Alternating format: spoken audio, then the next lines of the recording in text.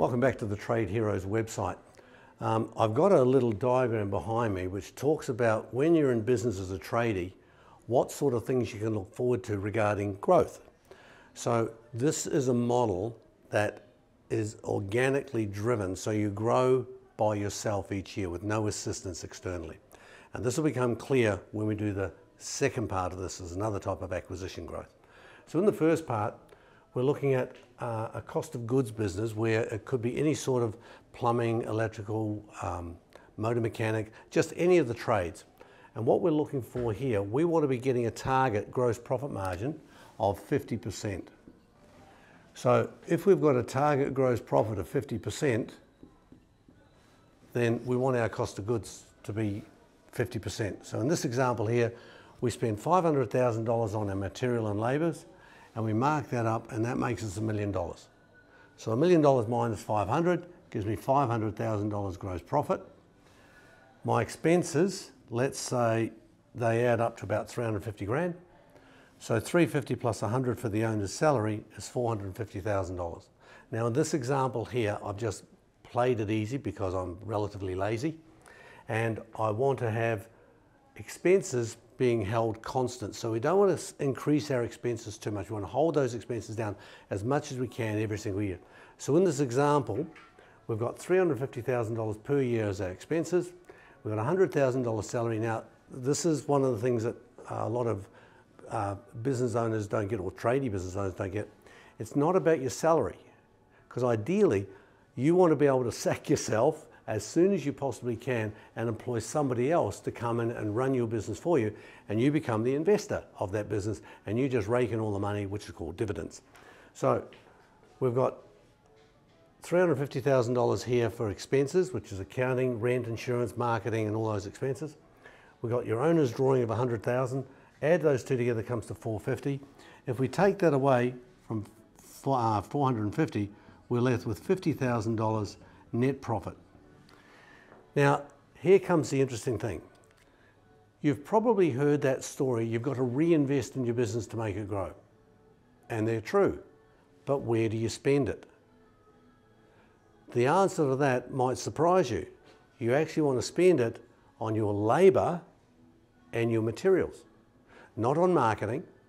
You want to spend your money back up in here. So we take this money and we pump it back up here into cost of goods. So last year, we had $500,000 of cost of goods for materials and labour. And this year, because we're pumping in another $50,000, we've now got $550,000 of our cost of goods. Now that's going to multiply up and give us $1.1 million in sales. We take off $550,000 here, because that's our gross profit. We take off our $450, and look at this.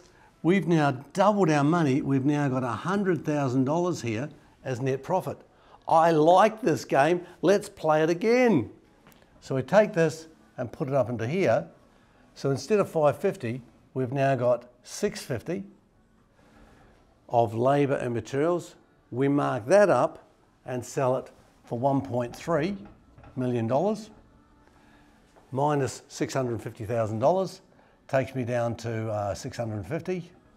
We now take that 450 off that. That number's easy. We've just done it again. This is now $200,000 net profit to you as the owner.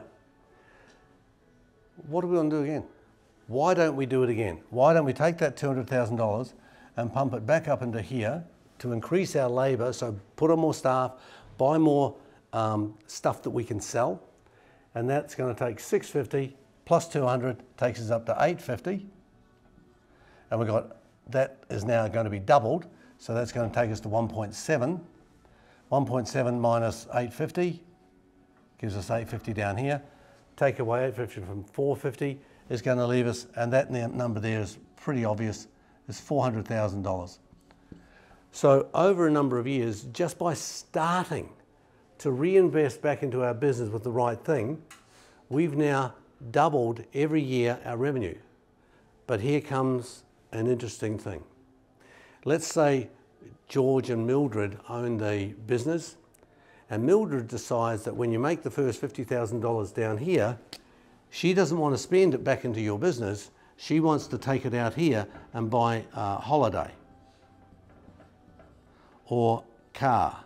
She wants to buy a new car or house. What happens, and you might be the culprit as well, if you take that money out, that seed capital that you're going to use to fund the growth in your business, if you take it out and spend it, it's gone. So what you want to make sure is that you're working with your accountant and your advisory team, and also the people here at Trade Heroes, and make sure you're getting these business models done soundly for your business. If you've got any questions, please reach out to anyone here at Trade Heroes. We are here and happy to help.